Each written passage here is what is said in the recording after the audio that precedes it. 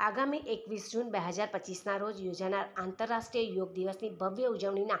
આયોજન માટે આજરોજ કોન્ફરન્સ હોલ કલેક્ટર કચેરી પાટણ ખાતે કલેક્ટર શ્રી તુષાર ભટ્ટના અધ્યક્ષસ્થાને પ્રેસ કોન્ફરન્સ યોજાઈ હતી, જેમાં કલેક્ટર શ્રી તુષાર ભટ્ટે જિલ્લામાં 21મી જૂનના રોજ આયોજિત યોગ કાર્યક્રમ અંગે મીડિયાને વિગતવાર માહિતી આપી હતી, તેમજ મીડિયાના માધ્યમથી વધુમાં વધુ લોકો યોગ કાર્યક્રમમાં સહભાગી બને તેવી અપીલ પણ કરી હતી।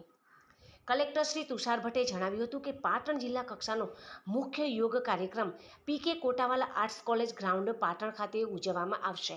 જેમાં 4000થી વધુ લોકો ભાગ લેવાના છે, જ્યારે જિલ્લામાં તાલુકા નગરપાલિકા કક્ષાએ 9 કાર્યક્રમ યોજાશે, જેમાં 9000 લોકો ભાગ લેશે, જેમાં પાટણ તાલુકા કક્ષાનો નગરપાલિકા કક્ષાનો યોગ કાર્યક્રમ MN હાઈસ્કૂલ પાટણ ખાતે, સિદ્ધપુર તાલુકા કક્ષા નગરપાલિકા કક્ષાનો કાર્યક્રમ SL હાઈસ્કૂલ સિદ્ધપુર ખાતે, તેમજ ચાણસ્મા તાલુકા કક્ષાનો નગરપાલિકા કક્ષાનો કાર્યક્રમ PP પટેલ હાઈસ્કૂલ ચાણસ્મા ખાતે, હારીજ તાલુકા કક્ષા નગરપાલિકા કક્ષાનો કાર્યક્રમ KP હાઈસ્કૂલ હારીજ ખાતે, તેમજ રાધનપુર કક્ષા નગરપાલિકા કક્ષાનો કાર્યક્રમ શેઠ KB વકીલ હાઈસ્કૂલ ખાતે, સરસ્વતી તાલુકા કક્ષાનો કાર્યક્રમ ડાયનાસોર પાર્ક મામલતદાર કચેરી ચોરમરપુરા ખાતે, તેમજ સમી તાલુકા કક્ષાનો કાર્યક્રમ સહકારી આર્ટ્સ એન્ડ કોમર્સ કોલેજ સમી ખાતે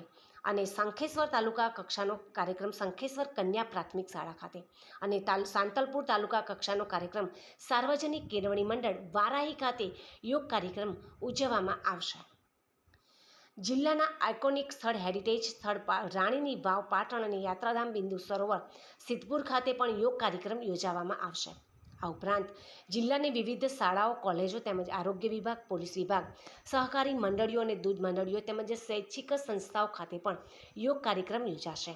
આમ જિલ્લામાં કુલ 1584 યોગ કાર્યક્રમ યોજાશે, જેમાં રાજકીય મહાનુભાવો, અધિકારીઓ, કર્મચારીઓ અને વિદ્યાર્થીઓ મળીને કુલ 2,61,200 જેટલા લોકો સહભાગી બનશે। પ્રેસ કોન્ફરન્સમાં જિલ્લા યુવા વિકાસ અધિકારી શ્રી બાબુભાઈ ચૌધરી, જિલ્લા માહિતી કચેરીના અધિકારી શ્રીઓ તેમજ ઇલેક્ટ્રોનિક્સ અને પ્રિન્ટ મીડિયાના પત્રકાર મિત્રો ઉપસ્થિત રહ્યા હતા।